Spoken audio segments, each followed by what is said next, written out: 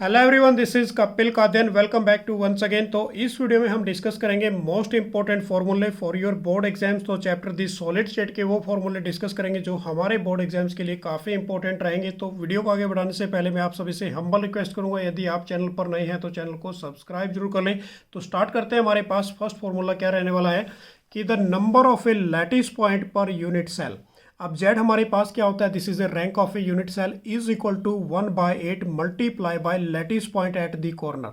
अब lattice point at the corner basically हमारे पास 8 लेके चलते हैं सिंपल क्यूबिक के अंदर, तो बच्चों 8 से 8 कैंसिल हो जाता है तो उसके इसमें 1 आता है।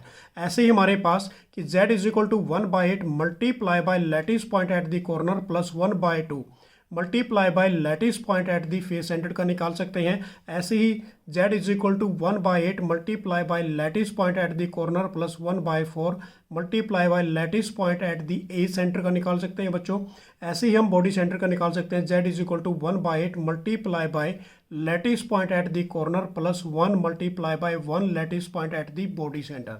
तो ये हमारा फार्मूला फर्स्ट रहेगा। बेसिकली इसके अंदर हम बच्चों बॉडी सेंटर्ड का, एज सेंटर्ड का एंड फेस सेंटर्ड का निकाल सकते हैं।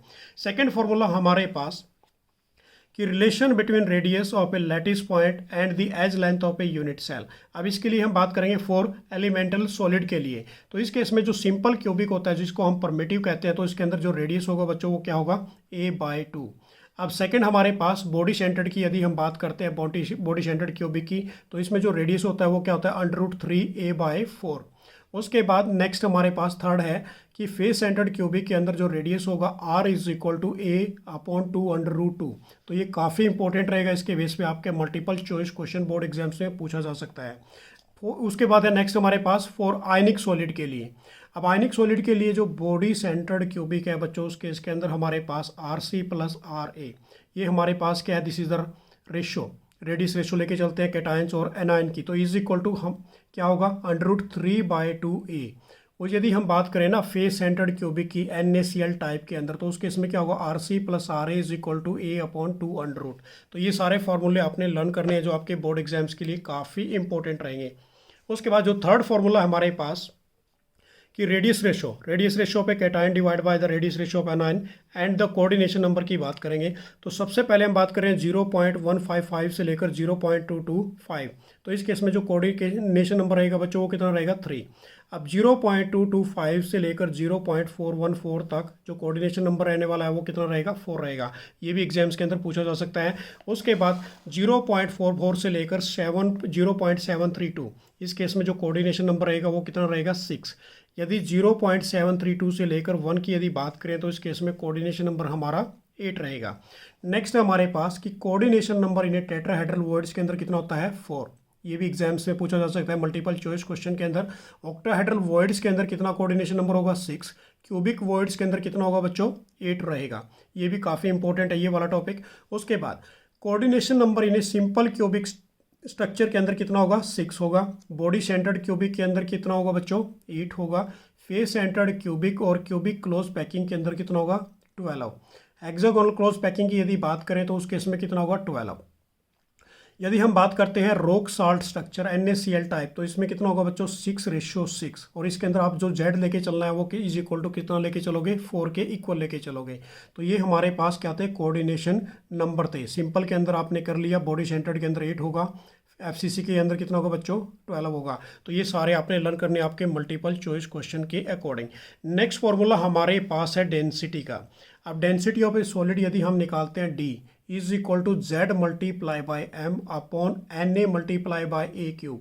अब इस केस में बेसिकली न्यूमेरिकल आ सकता है इसके ऊपर कि जो हमारी डेंसिटी होती है D is equal to density of a solid, Z हमारे पास क्या होता है, number of a lattice point per unit cell, या इसको हम rank of a unit cell बोल देते हैं।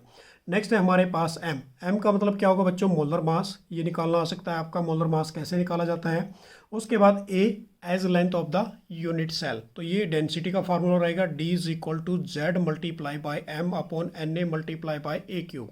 उसके बाद नेक्स्ट फार्मूला हमारे पास फिफ्थ फार्मूला है, this is the packing efficiency. अब पैकिंग एफिशिएंसी का जो फार्मूला रहेगा, Z multiply by 4/3 pi r cube divide by क्या होगा बच्चों, A क्यूब। ये काफ़ी इंपॉर्टेंट रहेगा पैकिंग एफिशिएंसी वाला। अब आपको बेसिकली पता है सिंपल क्यूबिक के अंदर जो पैकिंग एफिशिएंसी होती है वो कितनी होती है, 52%। उसके बाद यदि बॉडी स्टैंडर्ड की बात करें तो इस केस में 68%, यदि एफसीसी की बात करें या सीसीपी की बात करें या फिर एचसीपी की बात करें तो इन तीनों केस के अंदर हमारे पास कितनी होती है पैकिंग एफिशिएंसी बच्चों 74%। ये आपने अपने बोर्ड एग्जाम्स के लिए तैयार करना है। नेक्स्ट है हमारे पास जो नेक्स्ट फार्मूला रहेगा ये रहेगा नंबर ऑफ ऑक्टाहेड्रल वर्ड्स। अब जो नंबर ऑफ ऑक्टाहेड्रल वर्ड्स होते हैं बेसिकली इज इक्वल टू किसके इक्वल होगा, ये number of a lattice point के। मतलब इस केस में आप क्या लेके चलना है, ओनली एन लेके चलना है ऑक्टाहेड्रल के केस में। यदि हम बात करते हैं number of A tetrahedral words की बच्चों तो इस केस में 2 multiply by number of a lattice point, इस केस में कितना होगा 2n होगा। तो ये आपने जो इंपॉर्टेंट फॉर्मूले किए इनको अच्छी तरह से प्रिपेयर कर लीजिए अपने बोर्ड एग्जाम से, क्योंकि इसमें काफ़ी इंपॉर्टेंट क्वेश्चन पुटअप किए जा सकते हैं आपके बोर्ड एग्जाम्स के अंदर। अब मैं छोटा सा एक चीज़ आपको बताने वाला हूँ, एम्प्टी स्पेस पूछा जा सकता है कि कितना % एम्प्टी स्पेस होगा, और मोस्ट ऑफ द क्वेश्चन पूछा जाता है बॉडी सेंटर्ड के केस में। तो इसमें से आपने क्या करना है 100 माइनस 68% कर देना है बच्चों। तो इस केस में आपके पास कितना बचेगा 32%। ये आपका वैकेंट स्पेस रहेगा। इसके बेस पे आपको कोई भी पूछा जा सकता है। ऐसे ही इसके अंदर 74, ये भी 100 माइनस कर दोगे 74, ठीक है ना। तो ऐसे आपने करना है। तो इस केस में कितना बचेगा हमारे पास 26% बचेगा।